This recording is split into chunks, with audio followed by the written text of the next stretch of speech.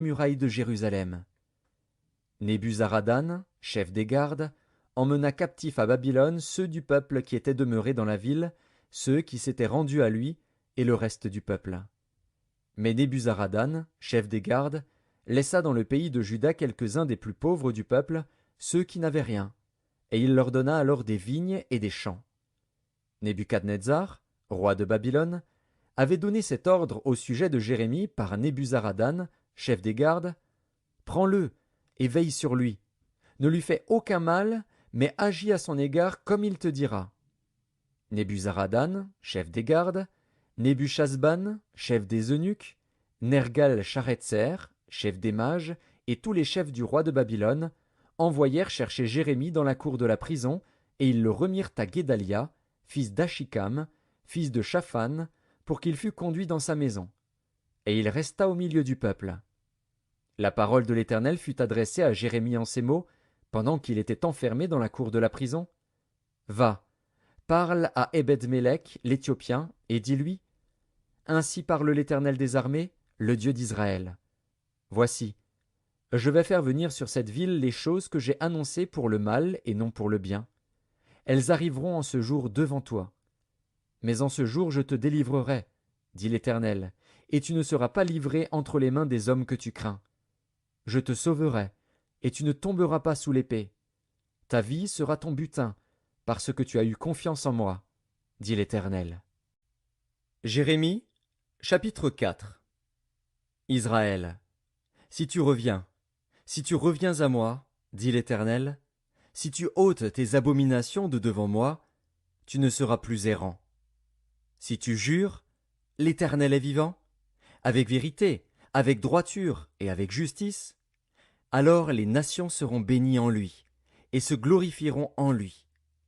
Car ainsi parle l'Éternel aux hommes de Juda et de Jérusalem: Défrichez-vous un champ nouveau, et ne semez pas parmi les épines.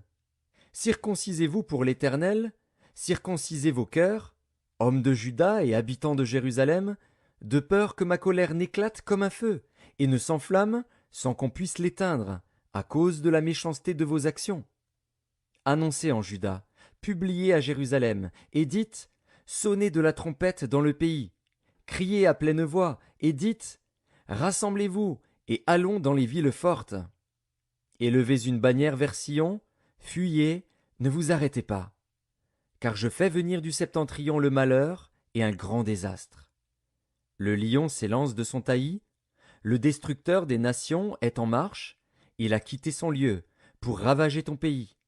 Tes villes seront ruinées, il n'y aura plus d'habitants.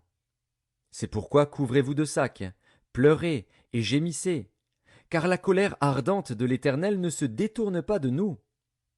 En ce jour-là, dit l'Éternel, le roi et les chefs perdront courage, les sacrificateurs seront étonnés, et les prophètes stupéfaits. Je dis: Ah, Seigneur Éternel, tu as donc trompé ce peuple et Jérusalem, en disant: Vous aurez la paix. Et cependant, l'épée menace leur vie. En ce temps-là, il sera dit à ce peuple et à Jérusalem: Un vent brûlant souffle des lieux élevés du désert sur le chemin de la fille de mon peuple, non pour vanner ni pour nettoyer le grain. C'est un vent impétueux qui vient de là jusqu'à moi. Maintenant, je prononcerai leur sentence. Voici, le destructeur s'avance comme les nuées. Ses chars sont comme un tourbillon, ses chevaux sont plus légers que les aigles. Malheur à nous, car nous sommes détruits. Purifie ton cœur du mal, Jérusalem, afin que tu sois sauvé. Jusques à quand garderas-tu dans ton cœur tes pensées iniques? Car une voix qui part de Dan annonce la calamité, elle la publie depuis la montagne d'Éphraïm. Dites-le aux nations, faites-le connaître à Jérusalem. Des assiégeants viennent d'une terre lointaine, ils poussent des cris contre les villes de Juda. Comme ceux qui gardent un champ, ils entourent Jérusalem, car elle s'est révoltée contre moi, dit l'Éternel. C'est là le produit de tes voix et de tes actions. C'est là le produit de ta méchanceté. Certes, cela est amer, cela pénètre jusqu'à ton cœur. Mes entrailles, je souffre au-dedans de mon cœur. Le cœur me bat, je ne puis me taire, car tu entends, mon âme, le son de la trompette, le cri de guerre. On annonce ruine sur ruine, car tout le pays est ravagé. Mes tentes sont ravagées tout à coup, mes pavillons en un instant. Jusques à quand verrai-je la bannière, et entendrai-je le son de la trompette? Certainement mon peuple est fou, il ne me connaît pas. Ce sont des enfants insensés, dépourvus d'intelligence. Ils sont habiles pour faire le mal, mais ils ne savent pas faire le bien. Je regarde la terre, et voici, elle est informe et vide. Les cieux, et leur lumière a disparu. Je regarde les montagnes, et voici, elles sont ébranlées, et toutes les collines chancellent. Je regarde, et voici, il n'y a point d'homme, et tous les oiseaux des cieux ont pris la fuite. Je regarde, et voici, le Carmel est un désert, et toutes ses villes sont détruites, devant l'Éternel, devant son ardente colère. Car ainsi parle l'Éternel, tout le pays sera dévasté, mais je ne ferai pas une entière destruction. À cause de cela, le pays est en deuil, et les cieux en haut sont obscurcis. Car je l'ai dit, je l'ai résolu, et je ne m'en repens pas, je ne me rétracterai pas. Au bruit des cavaliers et des archers, toutes les villes sont en fuite. On entre dans les bois, on monte sur les rochers, toutes les villes sont abandonnées, il n'y a plus d'habitants. Et toi, dévasté, que vas-tu faire? Tu te revêtiras de cramoisis? Tu te pareras d'ornements d'or? Tu mettras du fard à tes yeux, mais c'est en vain que tu t'embelliras. Tes amants te méprisent, ils en veulent à ta vie. Car j'entends des cris comme ceux d'une femme en travail, des cris d'angoisse comme dans un premier enfantement. C'est la voix de la fille de Sion. Elle soupire, elle étend les mains. Malheureuse que je succombe sous les meurtriers. Jérémie, chapitre 40. La parole qui fut adressée à Jérémie de la part de l'Éternel, après que Nebuzaradan, chef des gardes, l'eut envoyé de Rama. Quand il le fit chercher, Jérémie était lié de chaînes parmi tous les captifs de Jérusalem et de Juda qu'on emmenait à Babylone. Le chef des gardes envoya chercher Jérémie, et lui dit, « L'Éternel, ton Dieu, a annoncé ses malheurs contre ce lieu. L'Éternel a fait venir et a exécuté ce qu'il avait dit, et ces choses vous sont arrivées parce que vous avez péché contre l'Éternel et que vous n'avez pas écouté sa voix. Maintenant voici, je te délivre aujourd'hui des chaînes que tu as aux mains. Si tu veux venir avec moi à Babylone, viens, j'aurai soin de toi. Si cela te déplaît de venir avec moi à Babylone, ne viens pas. Regarde, tout le pays est devant toi, va où il te semblera bon et convenable d'aller. » Et comme il tardait à répondre, « Retourne, ajouta-t-il, vers Guédalia, fils d'Achikam, fils de Shaphan, que le roi de Babylone a établi sur les villes de Juda, et reste avec lui parmi le peuple. Ou bien, va partout où il te conviendra d'aller. » Le chef des gardes lui donna des vivres et des présents, et le congédia. Jérémie alla vers Guédalia, fils d'Achikam, à Mitzpa, et il resta avec lui parmi le peuple qui était demeuré dans le pays. Lorsque tous les chefs des troupes qui étaient dans les campagnes eurent appris, eux et leurs hommes, que le roi de Babylone avait établi gouverneur du pays Guédalia, fils d'Achikam, et qui lui avait confié les hommes, les femmes, les enfants, et ceux des pauvres du pays qu'on n'avait pas emmenés captifs à Babylone, ils se rendirent auprès de Guédalia à Mitzpa, savoir Ismaël, fils de Néthania, Jochanan et Jonathan, fils de Caréar, Séraja, fils de Tanumet, les fils d'Éphaï, de Nétopha, et Jézania, fils du Maacatite, eux et leurs hommes. Guédalia, fils d'Achikam, fils de Shaphan, leur jura, à eux et à leurs hommes, en disant, « Ne craignez pas de servir les Chaldéens. Demeurez dans le pays, servez le roi de Babylone, et vous vous en trouverez bien. Voici, je reste à Mitzpa pour être présent devant les Chaldéens qui viendront vers nous. Et vous, faites la récolte du vin, des fruits d'été et de l'huile, mettez-les dans vos vases, et demeurez dans vos villes que vous occupez. » Tous les Juifs qui étaient au pays de Moab, chez les Ammonites, au pays d'Édom, et dans tous les pays, apprirent que le roi de Babylone avait laissé un reste dans Juda, et qu'il leur avait donné pour gouverneur Guédalia, fils d'Achikam, fils de Shaphan. Et tous les Juifs revinrent de tous les lieux où ils étaient dispersés. Ils se rendirent dans le pays de Juda vers Guédalia à Mitzpa, et ils firent une abondante récolte de vin et de fruits d'été. Jochanan, fils de Caréar, et tous les chefs des troupes qui étaient dans les campagnes vinrent auprès de Guédalia à Mitzpa et lui dirent: Sais-tu que Baalis, roi des Ammonites, a chargé Ismaël, fils de Néthania, de t'ôter la vie? Mais Guédalia, fils d'Achikam, ne les crut point. Et Jochanan, fils de Caréar, dit secrètement à Guédalia à Mitzpa: Permets que j'aille tuer Ismaël, fils de Néthania. Personne ne le saura. Pourquoi t'ôterait-il la vie? Pourquoi tous ceux de Juda rassemblés auprès de toi se disperseraient-ils, et le reste de Juda périrait-il? Guédalia, fils d'Achikam, répondit à Jochanan, fils de Caréar: Ne fais pas cela, car ce que tu dis sur Ismaël est faux. Jérémie, chapitre 41. Au 7e mois, Ismaël, fils de Néthania, fils d'Élishama, de la race royale, vint avec des grands du roi et 10 hommes auprès de Guédalia, fils d'Achikam, à Mitzpa. Là, ils mangèrent ensemble à Mitzpa. Alors Ismaël, fils de Néthania, se leva avec les 10 hommes dont il était accompagné, et ils frappèrent avec l'épée Guédalia, fils d'Achikam, fils de Shaphan. Il fit ainsi mourir celui que le roi de Babylone avait établi gouverneur du pays. Ismaël tua encore tous les Juifs qui étaient auprès de Guédalia à Mitzpa, et les Chaldéens qui se trouvaient là, les gens de guerre. Le second jour après l'assassinat de Guédalia, tandis que personne n'en savait rien, il arriva de Sichem, de Silo et de Samarie, 80 hommes, qui avaient la barbe rasée et les vêtements déchirés, et qui s'étaient fait des incisions. Ils portaient des offrandes et de l'encens pour les présenter à la maison de l'Éternel. Ismaël, fils de Néthania, sortit de Mitzpa au-devant d'eux. Il marchait en pleurant. Lorsqu'il les rencontra, il leur dit: Venez vers Guédalia, fils d'Achikam. Et quand ils furent au milieu de la ville, Ismaël, fils de Néthania, les égorgea et les jeta dans la citerne avec l'aide des gens qui l'accompagnaient. Mais il se trouva parmi eux 10 hommes qui dirent à Ismaël: Ne nous fais pas mourir, car nous avons des provisions cachées dans les champs, du froment, de l'orge, de l'huile et du miel. Alors il les épargna et ne les fit pas mourir avec leurs frères.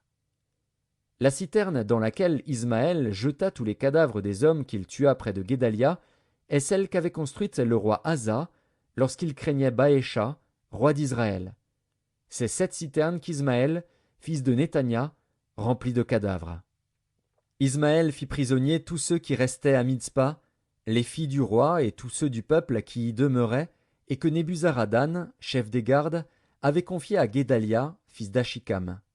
Ismaël, fils de Néthania, les emmena captifs et partit pour passer chez les Ammonites. Jochanan, fils de Caréar, et tous les chefs des troupes qui étaient avec lui furent informés de tout le mal qu'avait fait Ismaël, fils de Néthania. Ils prirent tous les hommes et se mirent en marche pour attaquer Ismaël, fils de Néthania. Ils le trouvèrent près des grandes eaux de Gabaon. Quand tout le peuple qui était avec Ismaël vit Jochanan, fils de Caréar, et tous les chefs des troupes avec lui, il en eut de la joie. Et tout le peuple qu'Ismaël avait emmené de Mitzpa se retourna et vint se joindre à Jochanan, fils de Caréar. Mais Ismaël, fils de Néthania, se sauva avec 8 hommes devant Jochanan et alla chez les Ammonites. Jochanan, fils de Caréar, et tous les chefs des troupes qui étaient avec lui prirent tout le reste du peuple et le délivrèrent des mains d'Ismaël, fils de Néthania, lorsqu'il l'emmenait de Mitzpa après avoir tué Guédalia, fils d'Achikam. Hommes de guerre, femmes, enfants, eunuques, Jochanan les ramena depuis Gabaon. Ils se mirent en marche et s'arrêtèrent à l'hôtellerie de Kimham, près de Bethléem, pour se retirer ensuite en Égypte, loin des Chaldéens dont ils avaient peur, parce qu'Ismaël, fils de Néthania, avait tué Guédalia, fils d'Achikam, que le roi de Babylone avait établi gouverneur du pays. Jérémie, chapitre 42. Tous les chefs des troupes, Jochanan, fils de Caréar, Jézania, fils d'Osée, et tout le peuple, depuis le plus petit jusqu'au plus grand, s'avancèrent et dirent à Jérémie, le prophète: Que nos supplications soient favorablement reçues devant toi. Intercède en notre faveur auprès de l'Éternel, ton Dieu, en faveur de tous ceux qui restent, car nous étions beaucoup, et nous restons en petit nombre, comme tes yeux le voient. Et que l'Éternel, ton Dieu, nous montre le chemin que nous devons suivre et ce que nous avons à faire. Jérémie, le prophète, leur dit, J'entends. Voici je vais prier l'Éternel, votre Dieu, selon votre demande. Et je vous ferai connaître, sans rien vous cacher, tout ce que l'Éternel vous répondra. Et ils dirent à Jérémie, Que l'Éternel soit contre nous un témoin véritable et fidèle, si nous ne faisons pas tout ce que l'Éternel, ton Dieu, te chargera de nous dire. Que ce soit du bien ou du mal, nous obéirons à la voix de l'Éternel, notre Dieu, vers qui nous t'envoyons, afin que nous soyons heureux, si nous obéissons à la voix de l'Éternel, notre Dieu. 10 jours après, la parole de l'Éternel fut adressée à Jérémie. Et Jérémie appela Jochanan, fils de Caréar, tous les chefs des troupes qui étaient avec lui, et tout le peuple, depuis le plus petit jusqu'au plus grand. Il leur dit, Ainsi parle l'Éternel, le Dieu d'Israël, vers qui vous m'avez envoyé, pour que je lui présente vos supplications. Si vous restez dans ce pays, je vous y établirai et je ne vous détruirai pas. Je vous planterai et je ne vous arracherai pas, car je me repens du mal que je vous ai fait. Ne craignez pas le roi de Babylone, dont vous avez peur. Ne le craignez pas, dit l'Éternel, car je suis avec vous pour vous sauver et vous délivrer de sa main. Je lui inspirerai de la compassion pour vous, et il aura pitié de vous, et il vous laissera demeurer dans votre pays.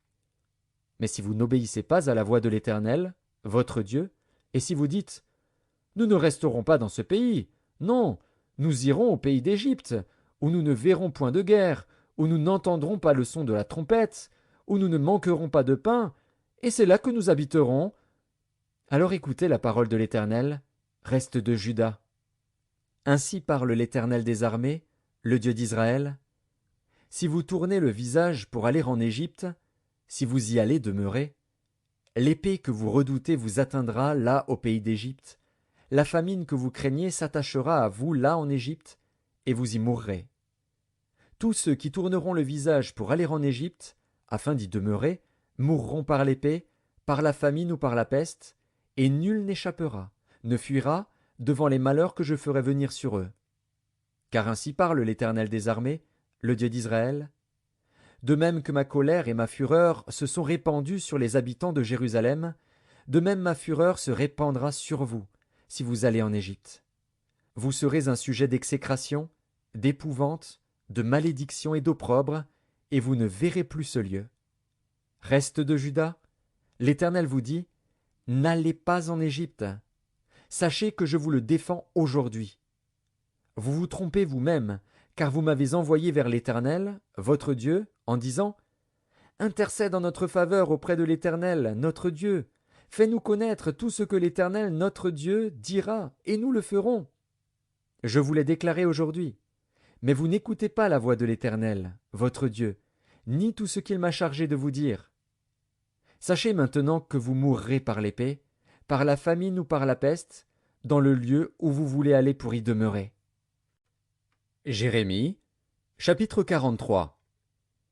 Lorsque Jérémie eut achevé de dire à tout le peuple toutes les paroles de l'Éternel, leur Dieu, toutes ces paroles que l'Éternel, leur Dieu, l'avait chargé de leur dire, Azaria, fils d'Osée, Jochanan, fils de Caréar, et tous ces hommes orgueilleux dirent à Jérémie, Tu dis un mensonge. L'Éternel, notre Dieu, ne t'a point chargé de nous dire, N'allez pas en Égypte pour y demeurer. Mais c'est Baruch, fils de Nérija, qui t'excite contre nous, afin de nous livrer entre les mains des Chaldéens, pour qu'ils nous fassent mourir ou nous emmènent captifs à Babylone. Jochanan, fils de Caréar, tous les chefs des troupes et tout le peuple n'obéirent point à la voix de l'Éternel qui leur ordonnait de rester dans le pays de Juda.